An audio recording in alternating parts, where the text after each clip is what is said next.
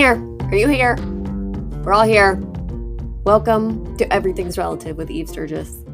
As you may have guessed by now, I am Eve Sturges. I'm the host of this podcast. I'm happy to be here. A few years ago, a man used one phone call to turn my entire life upside down, changed my world. He proved himself to be my biological father instead of the man who raised me. That man I still call Dad today. But thus began a journey I didn't plan for, and which hasn't ended. It's still going on. And part of that experience has been learning that I am not alone. There are so many people discovering in all sorts of ways that they are not who they thought they were, aren't related to the people who raised them in one way or another. And I was like, let's make a podcast about it so no one feels alone.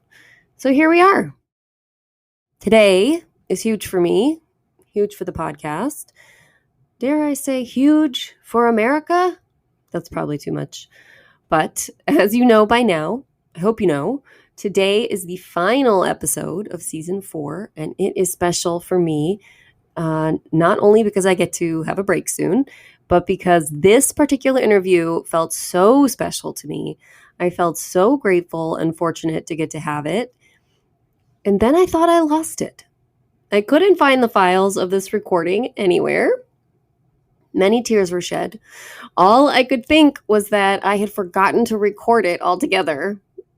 I felt stupid. I was devastated. I was embarrassed. I knew it meant I needed a break. But then I found it. Through some miracle of computer organizing. The other day, a file popped up that I didn't recognize, and it is today's episode. So I still need a break. I'm still wrapping things up for 2022, but I think you will see why this has to be the last episode and why I was so disappointed to think that I had lost it. It's super special. It's a great way to end the season. You know what? Let's just get to it. Without further ado, let's just get to it. This was like a clown car of Zoom appearances, not knowing how many people were coming on. I just kept saying someone else, and someone else was in the waiting room. How many people have you had at once? This is 1, 2, 3, 4, 5. This is the most. The 4 is the other one that I've had the most. Yeah, This is the biggest. Holy cow. We win. You win for sure. I like making history. This is amazing. Okay. So whoever would like to start, just say your name, where you grew up, a general answer to where you grew up, and then where you live now. That makes sense? So I'm Eve. I'm in Los Angeles, but I grew up in Northern California. Sure. Okay, I'll start. My name is Jill, and I grew up in Southern Connecticut, and now I live in upstate Connecticut. I'm Matt. I grew up in the Bay Area in California, and I'm currently in Jacksonville, Florida. My name is Corey. I grew up in South Jersey, and I currently live in South Florida. I'm Lori, and I grew up in Long Island, New York, and I still live in Long Island, New York. And I'm your grandmother. And I was born in Paris. My father, having studied medicine and mathematics in France and remained there after, he went there as a teenager to continue his medical studies in Paris. But he was Cuban, Spanish. He was Spanish, born in Cuba. Via Cuba, came to Paris. Yes. And that's where you were born? Yes. And then when did you come to the United States? Well, father was involved in research. So he was very well known in Europe. He had worked with Einstein, and he had been Madame Curie's assistant, etc. So he was well known. And we tried to get away before the Germans came. We got into Capablanca's white Cadillac convertible. He had left it at the Cuban embassy. And we tried to get our way through Spain. The frontier was closed, and we drove to Dunkirk. And we did get in a little bit because we had diplomatic passports, albeit Cuban, but diplomatic passports. But then an English officer there said, "What the hell is this in the white Cadillac convertible with all the troops that are leaving?" And he threw us off the route. And we went back to Paris, and we lived under the German occupation. And shortly after, Father got a personal invitation from Hitler to continue his research in Germany. And that's when we had to escape. And that's a whole story in itself. Okay, so there's going to be a spin-off podcast called We're going to start something new. Stay tuned, folks, for a season of The Life of Sita. Yeah. Yeah. We got into Spain, and there we got a boat to Cuba. And we got on the boat with a lot of famous people on the boat who were escaping with us. And about 3 days at sea, a mine hit the ship. We had to go back to dry dock. The big hole was repaired. Then we went to Cuba. And from Cuba, we went to the United States. And there, Father resumed his friendship with Einstein. He had to learn English. After 3 months, he spoke English perfectly, but with an accent. And he had a position at NYU as research professor awaiting him. That's how we ended up in New York. In New York, which kind of brings us to the present. Kind of. We're going to a long way to get to that full circle. So who started all of this? Jill. Okay, so Jill, why don't you tell you tell us what happened a little bit. So I think it really started with Corey messaging Lori on Ancestry.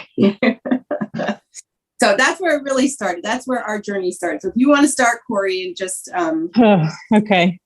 I never was going to do one of these ancestry tests, but my husband kind of talked me into it. He did 23andMe. So I ordered a kit. I did it probably, I think 2016-ish. And I never had the DNA sharing active on it as far as like trying to find your relatives. I just was looking at Ancestry, like my personal ancestry. Did you know before you took the test that you were donor conceived? No, I had no idea. Okay. No idea. I should have asked you all. I should have asked you all to start with that. Okay. Yeah. All right. So you had no idea you were donor conceived. You were not very interested in the DNA test, but your husband pressured you about Ancestry. Yeah. So he's like, let's just do it. And I had an idea of what my background was. My dad, he was Jewish. My mom was Polish, and my dad was Austrian too. So anyway, so I do the test and it comes back and there's no Austrian in there. So I'm like, oh, that's kind of weird. But there's Jewish. So I'm like, okay, that's supposed to be there. And then there's some weird stuff like Swedish and Norwegian, like really weird stuff. I obviously don't look Swedish or Norwegian. I was going to say, like, you could not have less Austrian in you. Yeah. Okay. So at the time, me and my husband weren't married, and he was living in Virginia and I was in Florida. And I was visiting. It was in between Christmas and New Year's. And we were getting ready to go out to eat. And I got an email from 23andMe like, hey, turn on your DNA sharing to see if you have relatives. So I'm talking to my husband, like, should I do it? And he's like, oh, you never know. You might have a half sibling out there or something, like as a joke. LOL. Yeah. And so I turn it on. It's like doing its thing, thinking. And it pops up like, oh, you have a half sister. And I literally gasped, and he looked at me and I threw my phone at him. And he's like, what? And he's like, oh my God, I was just kidding. I was just kidding. And I'm like, well, I don't like, what do I do with this? And he's like, well, where, it has where you're from. And I'm like, well, it's the area where I was born. I was born in New York. So that's kind of weird. And so I was like, what do I do? He's like, just message her. And I'm like, well, what do I say? Like, what do you say to somebody where it says you're a half sibling, And he's like, just tell her like, hi, my name's Corey. It says I'm your half sister. So that's what I did.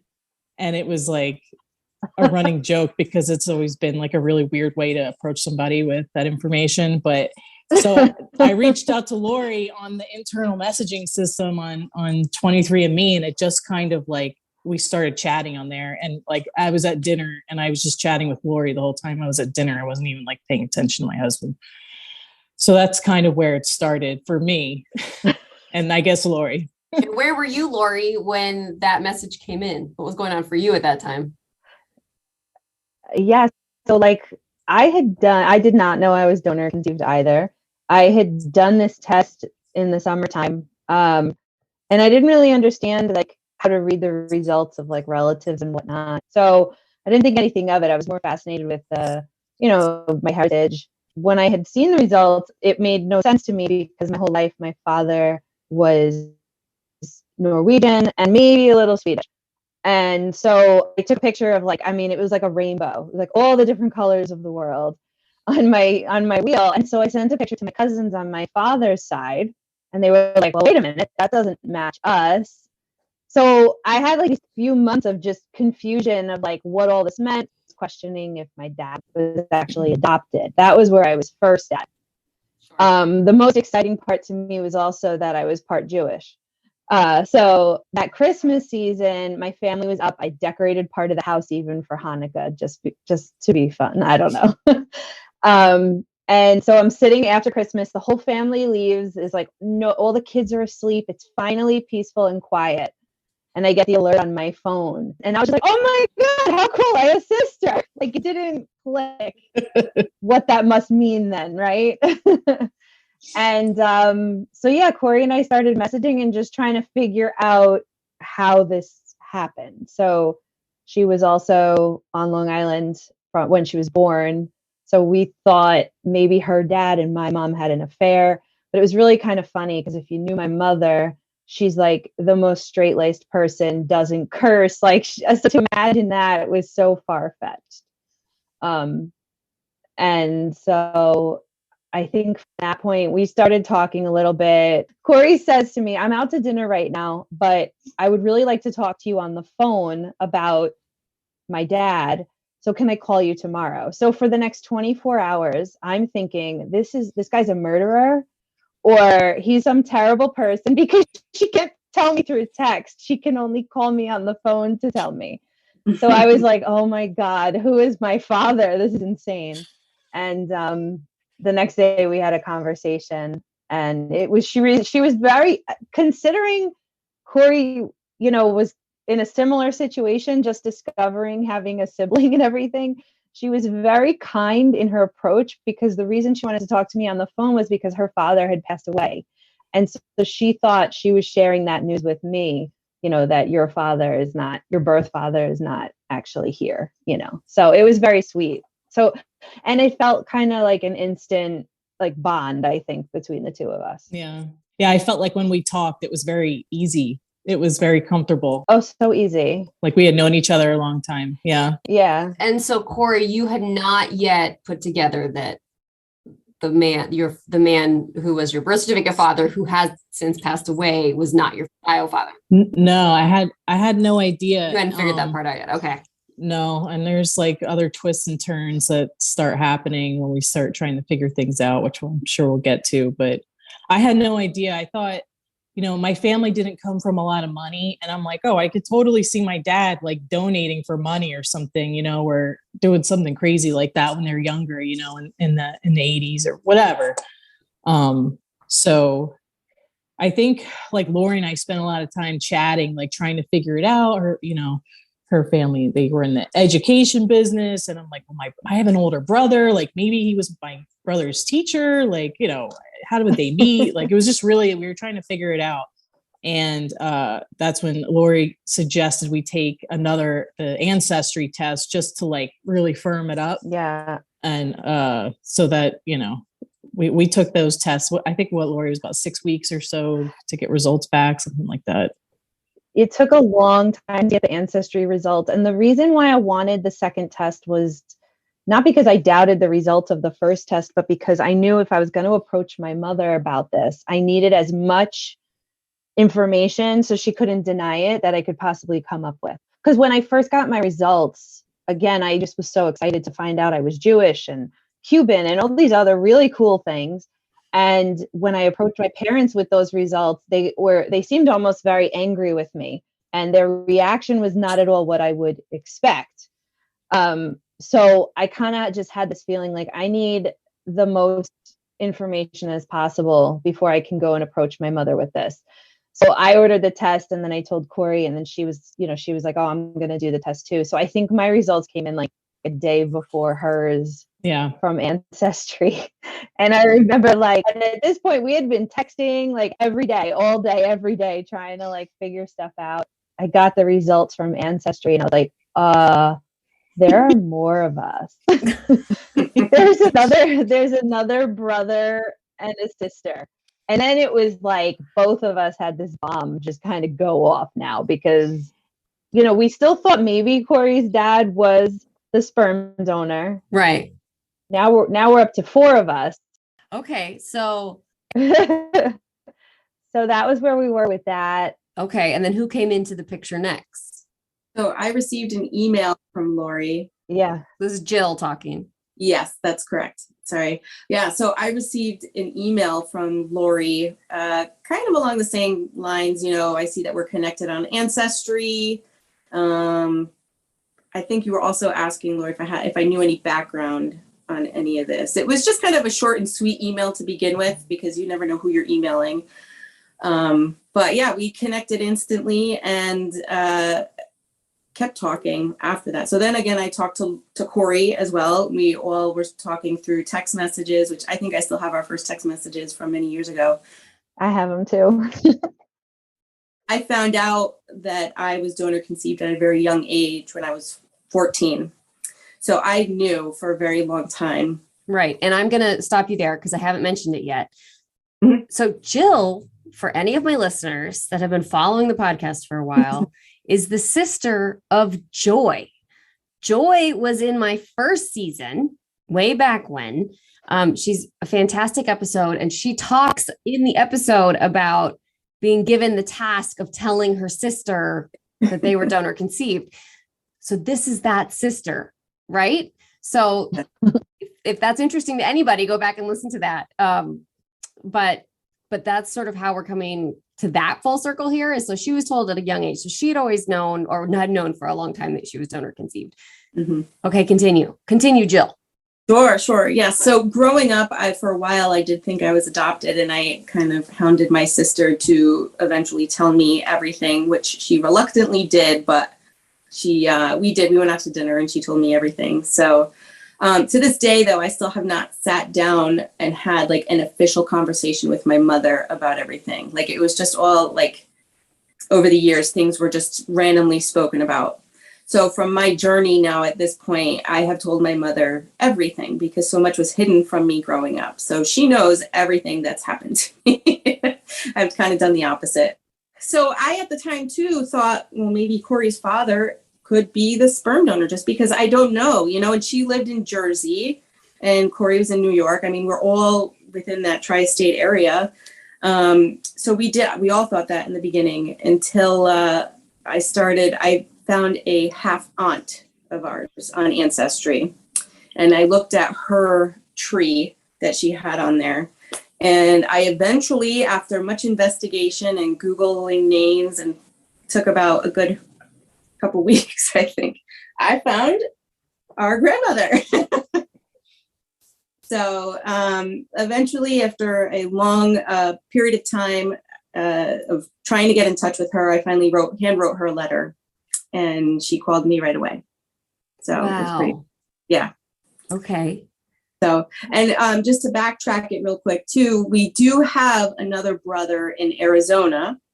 So there are a total of 5 of us, but he has just not been as present in this. It's just not his thing. Not interested. Yeah. So he is very close in age. We're all months apart, within a year. I think we're all just a few months apart within a year. So, but he lives in Arizona too. So Okay, so a total of 5. Okay, now Matt, when did you come into the picture? I was the straggler. Just kind of came in at the very end. This is, And you're also kind of the wild card coming from California. yeah. So my story is a little different because I was born in New Jersey. There we go. At 2 months of age. Yeah, this is why it's weird too, because I was born in New Jersey, but within 2 months of being born, we moved to the West Coast. So we were already in California, and I have younger siblings, which, is when Jill called me initially, it was a bit of a shocker, not to skip too far ahead in the story. I mean, I don't know if it's my turn or not. I don't want to over jump cut anybody or anything. I don't have a plan. So just tell me. So December came around. It was Christmas time. My wife went out and she was having her own DNA journey or her own, search for her family and things like that. And a couple of her siblings, her half sisters, did Ancestry. They urged her to do it. She did it. I never had any interest in checking anything. I never was like, oh, where am I from? My roots. Like, I thought I knew everything there was to know. And she was like, the Ancestry at that time was doing like a 2-for-1. So she just bought one and got 2 randomly. It's classic. It's a classic tale. So like she jumped on it, immediately like did the test and sent it off and was all excited. And I just threw it in the backseat of my truck.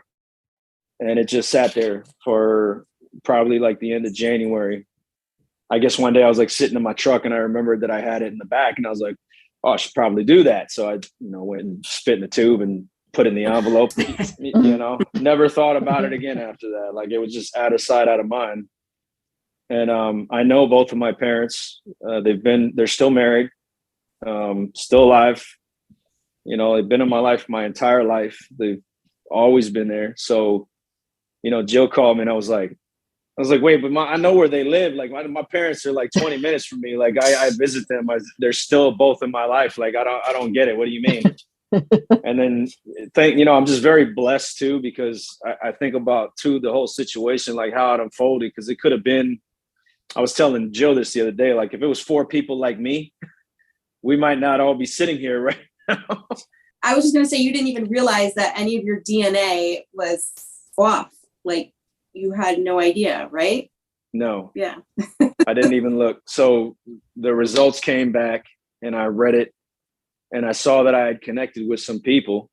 And I guess Jill had noticed before I did. She had been trying to email me, but I wasn't responding. I get 1,000 emails a day. So it just kind of went, I guess I got lost in the shuffle. And long story short, I started looking at the connections. I'm like, oh, I connected with some people. That's kind of cool. And then, but it didn't process centimorgans. I didn't understand what centimorgans were, or what the connection meant, or what the number meant, or anything. I just saw, okay, I see on Ancestry, it tells you like your top matches. And then under that, it'll list like second cousin, third cousin, fourth cousin, and so forth. And so I saw that I had connected with 4 people. And I was like, oh, that's cool. And my mother's family's all in South America. So just, I assumed I wasn't going to connect with many of them because I wasn't sure of the popularity of like an Ancestry out there.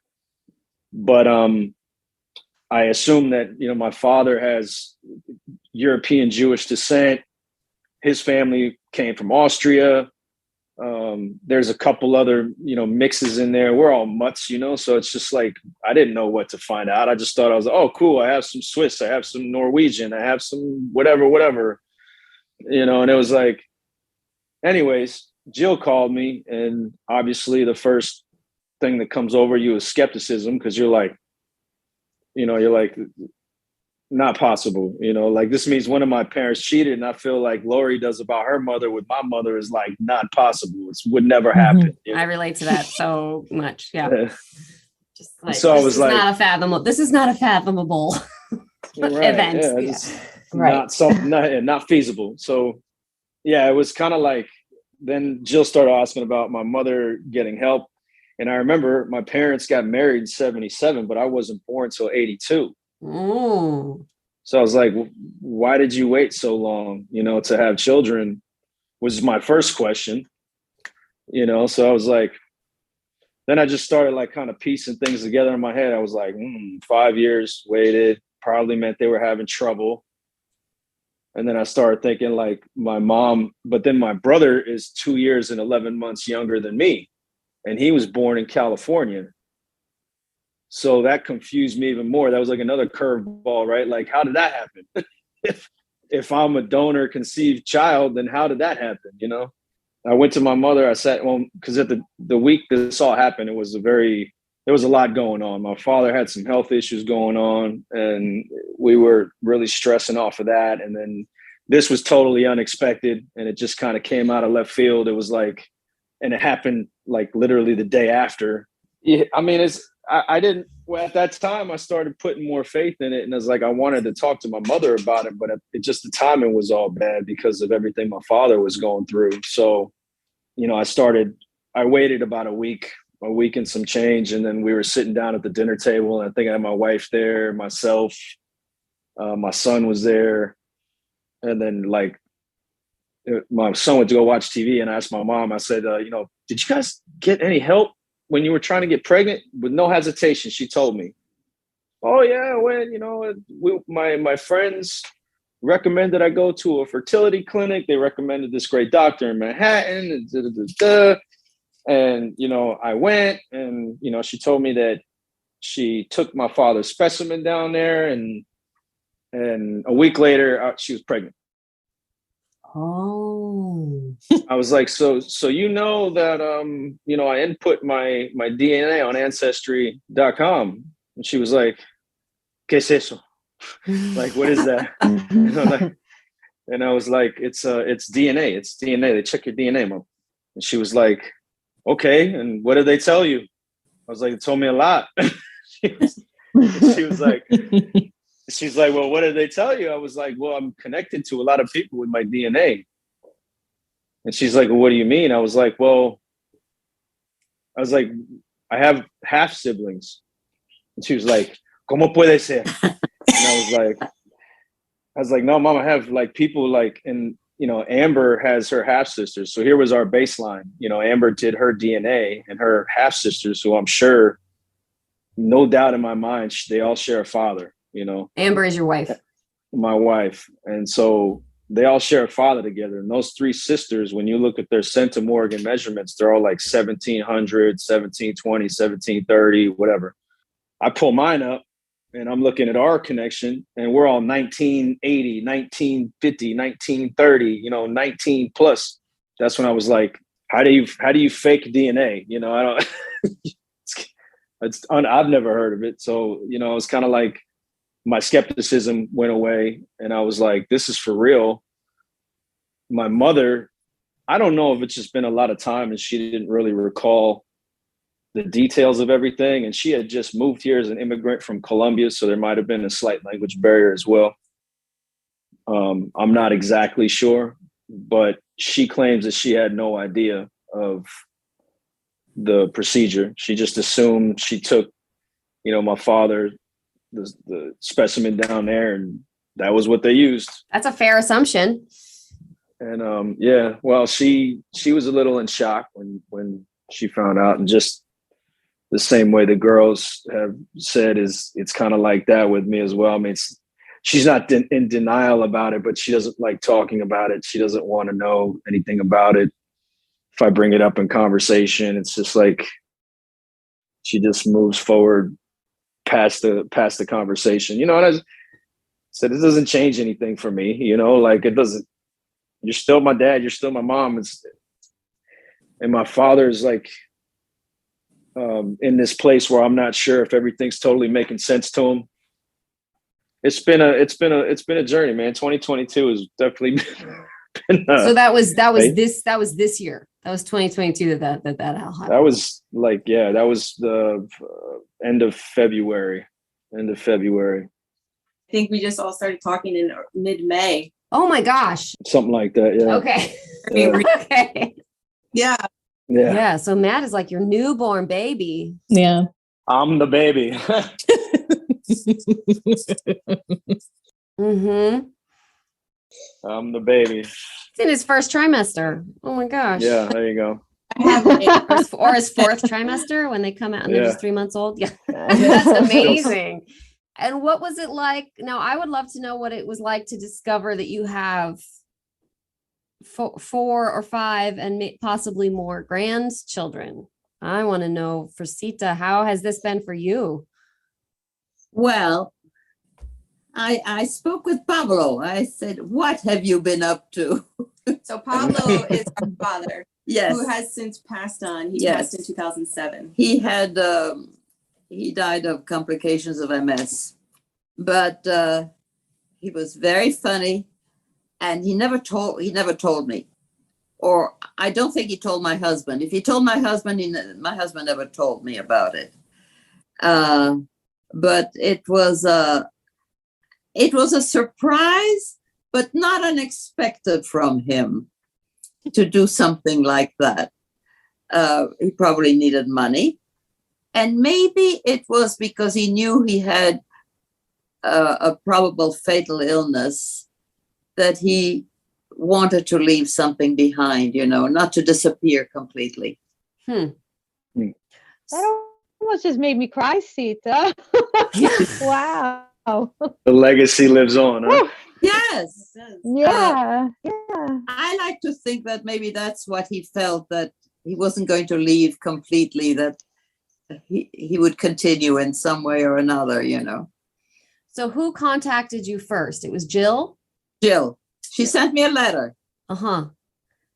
Which was wise, because if she had just said on the phone, I would have been a little, I wouldn't have had time to digest it.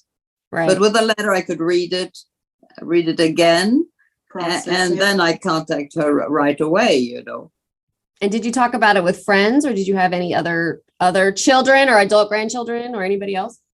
Of course. We had my 90th birthday party in April. And I even brought up one of Pablo's old girlfriends. Yes, we got to meet her. To meet the girls. Oh, wow. They could meet somebody who had known him, We had dinner with her. You can't deny science, No, you certainly cannot. You can't deny it.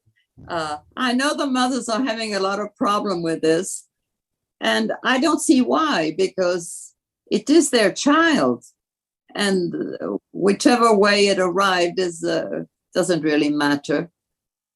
And Jill, when did you and Sita meet in person for the first time? So I sent her a letter in October of 2019 and heard back from her within that week.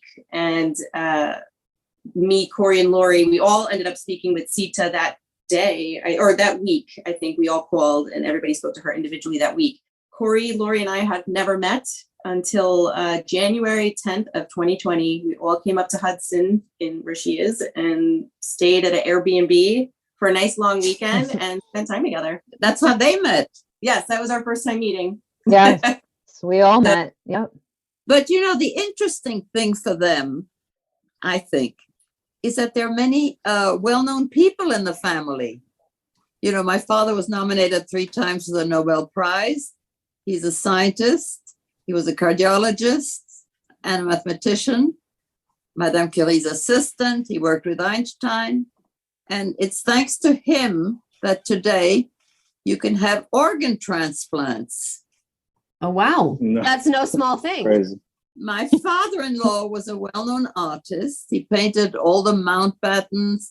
He painted a beautiful portrait of Queen Elizabeth in Buckingham Palace in life, in her Grenadier Guards uniform. So there are interesting people in the family, which sort of is probably interesting, amusing, whatever you want to call it, for Pablo's children. So when I was researching all this stuff before I had found out who she was, like just the names that were coming up, this can't be right, famous artists, things like that. Like that's the only way I got. Like if they weren't well known, I probably wouldn't have found out very much online. Yeah. But she was online. I'm a painter. She's a painter too, so that's how I found her and everything. I mean, luckily that the family, does have rich history. Like because they did something. They're known. You'll find them. You can find father all over the computer. Mm-hmm. And my father-in-law also, and hopefully, if Pablo hadn't been ill, he also would have done something with his life. But he did. He's got all these children. He did a different kind of math and creativity, yeah. Right? So for all of the adult children that I'm sitting with here now, did you all have experience what a lot of people talk about as far as not feeling like you quite fit in or having skill sets that were different than the rest of your family? That's not always the case, but did that resonate, and did it change or make anything make sense for you when you found out you came from this lineage? I can say for me, 100%. Growing up, I always questioned white blonde hair. My parents and my brother that I grew up with were dark hair, dark eyes. I had light eyes, light hair. I was always very much into art. And then I got into the world of medicine myself. And I work in cardiology, actually. So for me, having that connection. Yeah. So having that connection. Oh, no. Yeah. And by the way, not this family, like my family I grew up with, they're all teachers. So initially when I went to college, it was like, I'm going to be a teacher because that's just what my family does. And I just could not get into it. I ended up like dropping out of school, and then I went and I became a nurse. My entire career has been spent working in cardiology. And so the biggest interesting things to me were knowing that I was related to Sita and seeing her artwork. And I was like, wow, it's so interesting because I draw and sketch and paint all these big, bubbly, colorful things too. And like the cardiology, medicine background, that was huge to me. And I remember the first time we met Sita and we were sitting in her living room. And my entire life, I wondered where my nose came from. And I've spent like hours and hours and hours analyzing I'm sorry. it. And I could never find it. And it wasn't a bad nose. I just didn't know where it came from. And we're sitting in Sita's living room, and I'm sitting there and I couldn't stop staring at her because all of a sudden I said, she has my nose. And I'm looking at her. All I can think is, oh my God, that's me in like 50 years. Like, I look like this woman. This is crazy because I spent my whole life trying to figure out where I fit in and who I look like. So that was very weird, but also really cool all at the same time. Genetic mirroring is a powerful phenomenon. And you just described that experience very accurately. Yeah. So many people find that experience just mind-blowing. Mm-hmm. Mind-blowing. And what about for the other, everyone else on your math? Not only that, my parents died. They were 75 each. They didn't die at the same time. And at the doctors, you fill out the form. They always ask you, how old were your parents when they died? If I hadn't lived to be 90, none of this would have been possible. Right. No, we wouldn't know. Mm-hmm. So that's the other miracle here. Yeah. Right. Yeah. And we all met right before COVID, and then COVID hit, and didn't see each other for a very long time. So, but we always kept in touch. Mm-hmm. I would say for me, like, my growing up, I've got one sibling. My parents have always been around, and it's always just kind of been this ongoing joke because like my dad and my brother have really long arms, and like they can touch their toes and I can't touch my toes. And they've always like made fun of me for this my entire life. So it's always kind of been like, and then, looks wise, like characteristically, like I look more like my mother is always what I've been told. And my brother looks more like my dad, so it was always just kind of that's how it was, but now that, this is new knowledge has come to light. It's like Jill sent me photos of Pablo, and then we put the side by side up of us, and it's like a ghost. It's like, whoa, yes. Yeah. Wow. Holy, like, I don't even know how to explain it because it was like, and when we started this year, this whole year has been like a total, like, just change plans, go this way, like whatever we thought the year was going to end like, and like we thought we were going this direction, it didn't look anything the way we thought it was, and I've had a career change this year. I found out I've got 4 siblings I never knew about. My father's going through some things right now. We've got lots going on, and I'd say it's been an opportunity to like really embrace change, and embrace, this newfound information, newfound family that we never knew we had. It's all good. It's like, and we get to choose what lens we want to look at it through, so it's like, I looked at this and came across this, and it was exciting to me. You know, it was getting to meet everybody and knowing I had 3 sisters out there that, you know, wanted to, like, you know, meet me and have some kind of relationship with me was cool. You know, it's like, sorry, my mom wasn't as excited as I was about it. But you know, I told my mom, I said, Mom, it's not your story. It's my story to tell. It's not your story. Mm-hmm. I'm sorry. So, Yeah. but you know, and I guess at the end of the day, you know, I'm grateful that, because like I was mentioning this earlier, we could have fallen into this situation, and we're blessed that Jill was like in this way before. At least I feel blessed that Jill was in this way before I was around, and she had all this information already collected.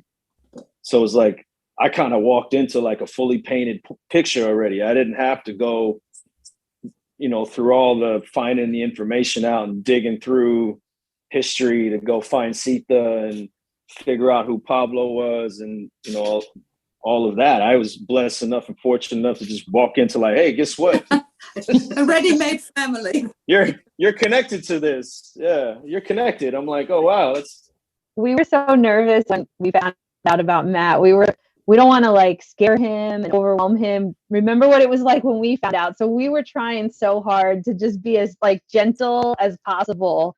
they put a woman's touch on it. That's the truth. Well, it all makes me wonder if there's something to be said about the genetics of people that are of a family of people that grow up to be adaptable to surprises and shock.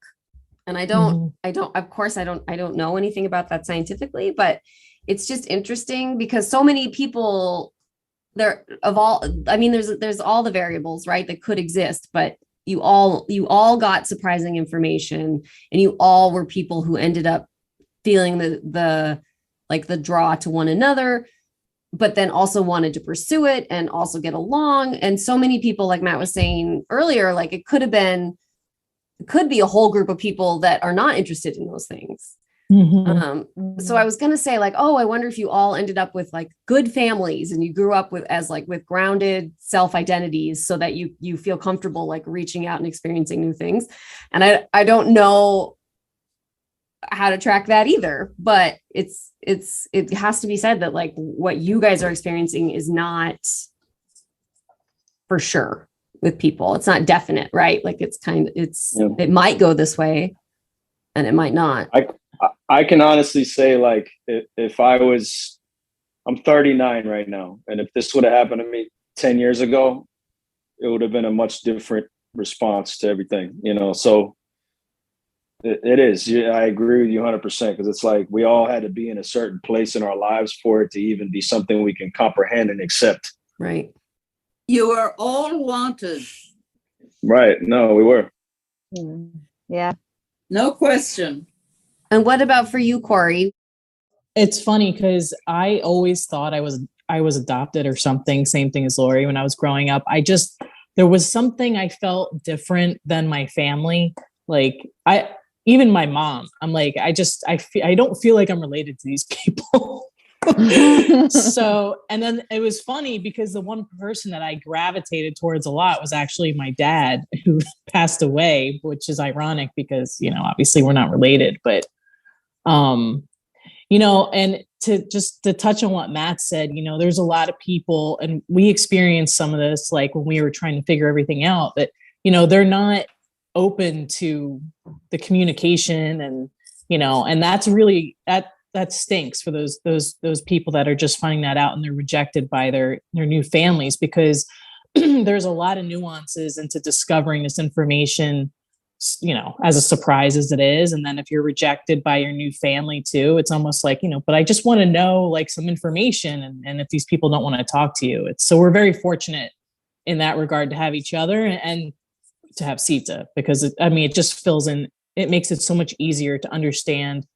I mean, the medical history, your background, like your ancestors, everything. It was a blessing for sure. Mm-hmm. Absolutely. Sita, what age was Pablo when he passed away? He was born in 1957 and he died in 2007. just short of just a few months before his birthday. Okay. So MS is no joke. And it's definitely like autoimmune diseases are definitely like the example that people use when they talk about how important medical history is to know. It is so important to know that Nobody inherited it. nobody inherited it. I was gonna say nobody inherited MS, but there actually is some autoimmune problems amongst us. Yeah. Yeah. I was diagnosed with type 1 diabetes at 13 years old, really Yeah. young. But I don't know about the correlation, but no one in my mother's side of the family has that. And then from now, what I know about my father's side of the family, no one on this side of the family did either. So it could have just been my life path, or if it is related to an autoimmune thing like that from my father's side of the family. I'm Yeah. not really sure. Yeah. Interesting to know, and maybe a relief that thus far nobody has exhibited MS symptoms. I had a little bit of like, it was right around the time that we all found this information out. It was like the same week, as a matter of fact. My father got sick. This happened. Then like the following day or the day after that, I started experiencing double vision, when I couldn't look at the TV, couldn't drive. I was like, what is going on right now? Because I have excellent vision. I've never had any issues with my vision. I don't wear glasses. I don't wear contacts. I don't wear anything. So it was like kind of out of left field. It was very sudden. I've since had a bunch of examinations done, MRIs and everything. I confirmed it's nothing crazy, but it was that same week I met Jill and she informed me about how Pablo passed. And I was like, oh, shoot. It's one of the symptoms of MS. One of the onset symptoms is double vision. I feel like it might have just been like a really stressful week for you. Yeah. I'm so glad you're not still having double vision, but like I feel know, like right? that would be like it seems like, of course you were having double vision. Just think about like everything that was going on for you. That's amazing. Sita, what do you wish that they knew about Pablo? What do you wish they could have? That he was such an honorable person, and so brave to have this disease. It started when he was in the Air Force. So he was 21 years old, and he knew all about it. The first thing he did, he came home on leave, looking so handsome in his Air Force uniform. You know how we feel about uniforms, women. And it was Christmas. And I was standing in the kitchen cooking as usual for everybody. And my father was standing there. And Pablo goes up to him and said, Papi, I have this problem. I'm dropping everything. I don't notice that I'm dropping things. And I feel as if I have a corset around me. And I see Father's expression change, looking very serious. And he takes Pablo's arm. He says, when you go back to base, you go to the hospital on the base, but you don't want to see a regular doctor. You want to see a neurologist. And I thought, my God, Father knows something. And in effect, he went right away. He followed Father's orders. And that's when he was diagnosed with having MS. So my father must have already suspected something, from his years of experience. Right. What do you think? Do you think about or imagine how Pablo would have reacted to this situation if he were alive today? He would have purred like a cat. He would be purring about the whole thing, about how clever he was. Look at that, Mom. I have all these children. Yeah. Clever. Because after all, that's why we have children, so that we don't die. Right. And now she has 5 grandchildren and 4 great-grandchildren. Yeah. Wow. And the caveat was, we actually all have children that are the same age. Yeah. Yes, that's the most fantastic thing. The three of them. 3 boys are all 10 years old. Yeah. That's amazing. Yeah. Yep. because that's going to make it possible for them to get very close. They're so close in age and they're related. It will be a very special friendship, I think. Yeah, I just got goosebumps. You all were born at the same time, and then you all decided, more or less, three of you decided to have children at the same time, and they were all boys, and you're all people who are adaptable. I mean, it really, like, you guys have really— It was fate. Yeah, you really present an argument within the— It's a movie. It's a movie. Like the nature versus nurture debate sort of ends with you guys. One little tidbit I wanted to add, Eve. So before we met Matt, I believe in life on the other side and psychics. So something had happened to me a few months back, and I said, I need to go see a psychic about this. So she was talking to me. I didn't tell her anything about me. And I was telling her, she knew, I forget how the conversation came up, but I said that I had 4 siblings. And she said, oh, no, there's 5. And I said, no, there's 4. She said, no, there's a 5th one. And literally 1 week later, we got our notification on Ancestry that Matt connected with us. We all nearly fainted. It's a boy. I remember. Yeah. The text comes through. Comes through and I screenshot it. It says, like, you have a new relative. And it was clear that it was a sibling. And I sent it to the girls. And we had just heard Jill told us what the psychic said. It was like, you're not going to believe this. The 5th one is here. And we were like, oh my God. So cool. It was crazy. Yeah. Oh, I just got I'm getting goosebumps over and over again. Not only that, but they're all attractive. Yeah, absolutely. 100%. It's got to be I was going with my father to pick up a cousin's daughter at she was coming in by boat. This was years ago. And I said to Father, how are we going to recognize her? What does she look like? And Father said, listen, if she's not good looking, we're not picking her up. I was a teenager. I looked at Father. I said, you're not going to pick her up? That's very pretty. She came home with us. Don't worry, we'll cast this movie with only the best looking stars of Hollywood. Yes, that's reassuring. Yeah. Is there anything that you wish I'd asked you, or that you guys wanted to talk about, or advice you have for other donor conceived people, or? Oh my God, I think there's a million things we could all talk about. This could go on for many episodes. Well, this past weekend, I had actually had a conversation with a very close friend of ours about just me, my DNA journey or whatever. And he was very negative about it, about some of the things, and which really caught me off guard, because I'd never had a reaction like that before.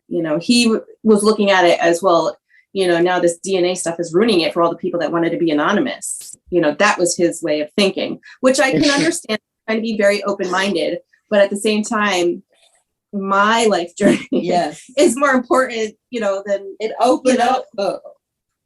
It was just very interesting for me to see that side of things. So that side of things, unfortunately, is out there, but, I keeping positive about it. And I've never had a negative comment until then, all these years of my life until then. So that really caught me out of left field for sure. But there are people like that out there. And I have gotten some negative comments too, but, just hearing with what Jill was explaining, I think the advice that I would give to donor conceived people that discover this like we did,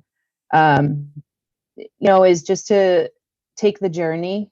It's out there, I'm not ashamed to say I've been seeing a therapist for quite a while now, and she's helped me really wrap my head around all this. There's support groups out there too. Even on social media, you can find support groups, and that's been super helpful.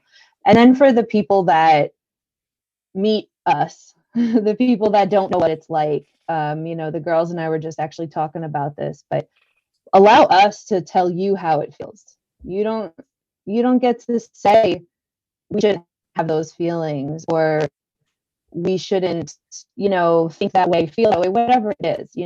We are the ones going through it. You're entitled to feel however you want to, and just be quiet and listen, and we'll tell you how it feels, and you have to just accept that, you know. You don't have to believe in it, but you have to accept it because it's us. It's our feeling. So that would be my advice. Yeah, that's really powerful. And I think we all want to know where we come from. Who were our ancestors? Yeah. What did they do? Where did they live, you know? Because we are the result of them.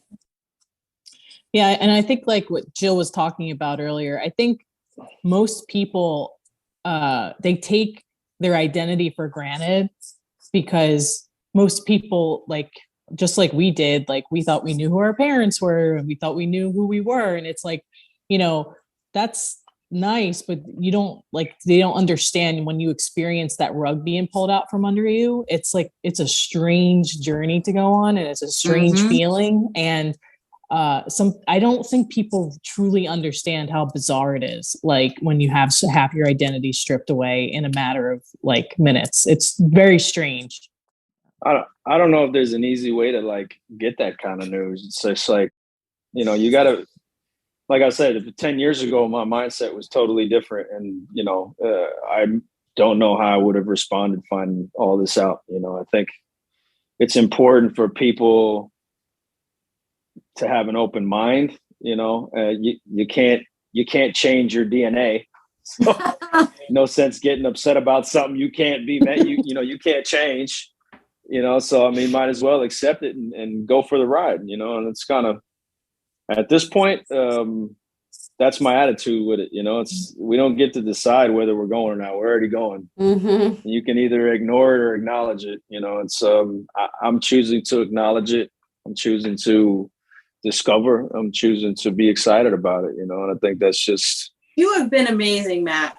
Honestly, as scared as I was, I asked him probably like 5 times in separate messages, have you spoken to your parents about your DNA yet? Have you spoken to your parents about your DNA? Have you spoken to your parents? Like, it was just no clear thing on that yet. And I just spilled the beans the best way I could. But he's just been with open arms this whole time with all of us. Even really, though they're short arms. Short, open arms. Touch his toes. It's been great, man. I can't say, I don't understand why somebody wouldn't be excited they find out that they had other siblings. Exactly. You know, that they had a because story they're they not didn't know about. all as great as us. You know, it doesn't make sense to me, but I guess, you know, if somebody was to go through the experience or learn anything from watching this video, that's the biggest thing I'd say. Just have open mind and don't be mad about things you can't change. Embrace it. Yes. Right. That needs to be a bumper sticker. Don't be mad about things you can't change. And there's nothing unpleasant about it. Yeah. We've been very, very fortunate to have Sita in our lives to give us more than just when I tell you history from beginning, start to end, we know so much more than I could have ever asked for with our family. I knew there was a reason I got to be 90. So she's writing a book. Yeah, she's writing a biography. Yeah, good. And we are her last chapter in the book. Of course. Because I've been writing it for the past 20 years, being interrupted with illnesses and deaths in the family and all that. Finally, I'm getting to the end and I realize they are the end. I wrote it for them. Yeah, that's really beautiful. And it goes back 1,000 years. Whoa. That's a long, Sita, that feels like a long book. Which is even crazier too, because I think like when I look, my mother is from South America and I know I have some Spanish roots that come from that side, but I don't know much about the history as far going back even farther than my grandparents on that side. On my father's side, I know even less, you know, so to know that we actually have a long history and it's recorded and it's somewhere you can like pick it up and look at it and read it. It's kind of cool, you know? Mm-hmm. That's amazing. Very cool. I can't wait to read it. I don't know if it's just coincidence or irony or whatever, but like Sita came to this country because of the Holocaust, right? Because of Nazi occupation. Yeah, because my father wouldn't work for the Nazis. So my grandfather on my father's side moved here from Austria to also escape the Holocaust, and his name was Max Schneier. He changed it to Matt Strong, what it is now. And Oh, wow. so I never knew, that part of my family was always raised Catholic. I never really knew much about my Jewish heritage or anything like that. And it was like to know that I had that on my father's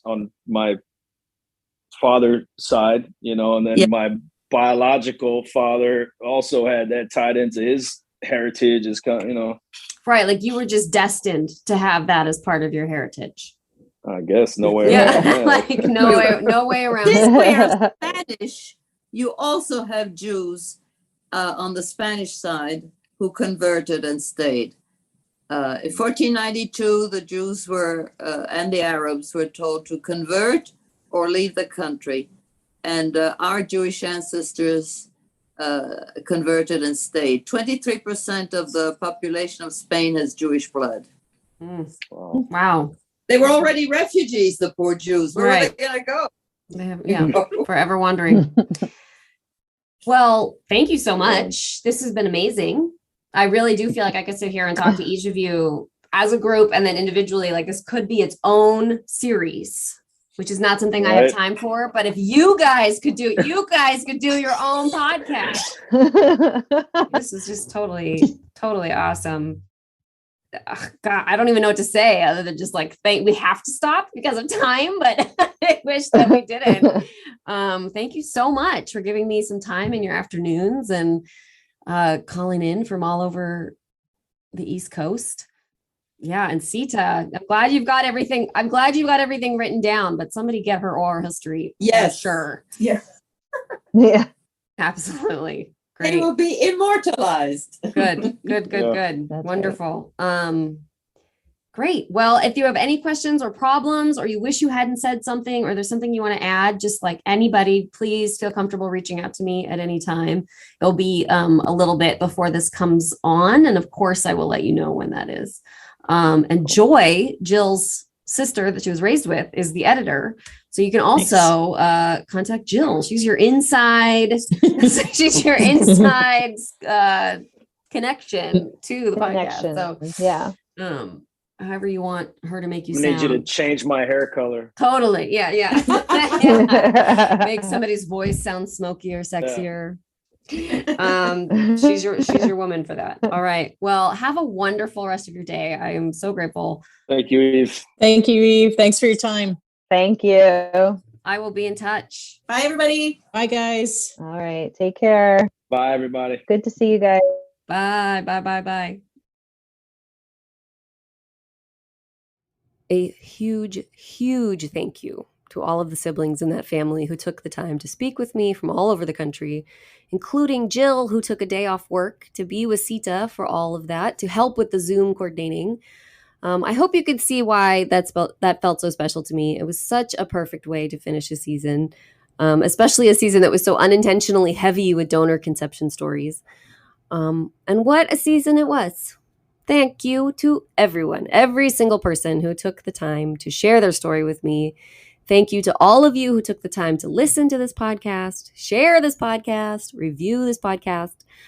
There won't be some new episodes for a few months, but I'm still going to be here. I'm still going to be interviewing people, and I still want to be involved with the community. We are having a book club Zoom party Sunday, October 2nd. So if you haven't signed up for that yet, send me a message ASAP so I can send you a Zoom link. We're going to discuss the book Normal Family by Krista Bilton. And the extra exciting news is that Krista will be joining us. It's going to be really fun. I talked with Krista a few episodes ago, and after we recorded, I called her back and said, please come do this book party with us. And she was excited to do it. So I really hope you all can make it. October 2nd, send me a message. I'll send you a Zoom link. And I'll be doing lots of other things too before I get onto season 5, which will be probably early next year. But really, this podcast would not be possible without support from you wonderful people out there who show up for me in all the ways. I'm still working over here, So any support you can offer me while I gear up for season 5 is, of course, so appreciated. You can subscribe on Patreon. You can write a review on Apple Podcasts. You can share the podcast with a friend or on your social media. Share it with all your friends. Go to my website, www.everythingsrelativepodcast.com, and get a t-shirt. There are 2 shirts I'm super proud of designing, different ways of proclaiming your membership in the NPE community. Or they're definitely a new way to start a conversation with people. The holidays are coming. What a great gift idea. And speaking of gifts, the best way to support me is by supporting yourself with a process journal, also for sale on my website and on Amazon. Get yourself or someone you love a copy of Who Even Am I Anymore, which I created hoping to offer our community a process tool. It has open-ended questions and pages for writing, and it offers people an opportunity to spend some time doing intentional reflection on this kind of experience. I know that I created this journal, so it's very easy for me to say that it's great, but I promise I am hearing from people who are using it on their own. They're using it with their therapists, and this was something we really needed. You might need it. So it's there. It's available on my website and it's on Amazon. It's called Who Even Am I Anymore? A process journal for the adoptee, late discovery adoptee, donor conceived, NPE and MPE communities, created by Eve Sturges. And that's all. That's all for now, everybody. Thank you again for everything. I don't know what else to say. Keep in touch, please, by following me on social media at Everything's Relative Podcast. I'll be doing all sorts of events, as I said. And if you want to tell me your story, yes, I am still doing interviews. So reach out. Email me, eve@everythingsrelativepodcast.com. It's 10 a.m. here in Los Angeles, and it's already 96 degrees. So I hope wherever you are staying, you are cool, eating ice cream, thinking about the environment, and remembering to recycle. Until I see you next time, bye-bye. Everything's Relative with Eve Sturges is produced by Eve Sturges and Kaylin Egan and edited by Joy Rumel. Logo designed by Ivy McNally, and music is used with permission from Goodbye the Band. Eve is a licensed psychotherapist, but her podcast episodes are not therapy sessions.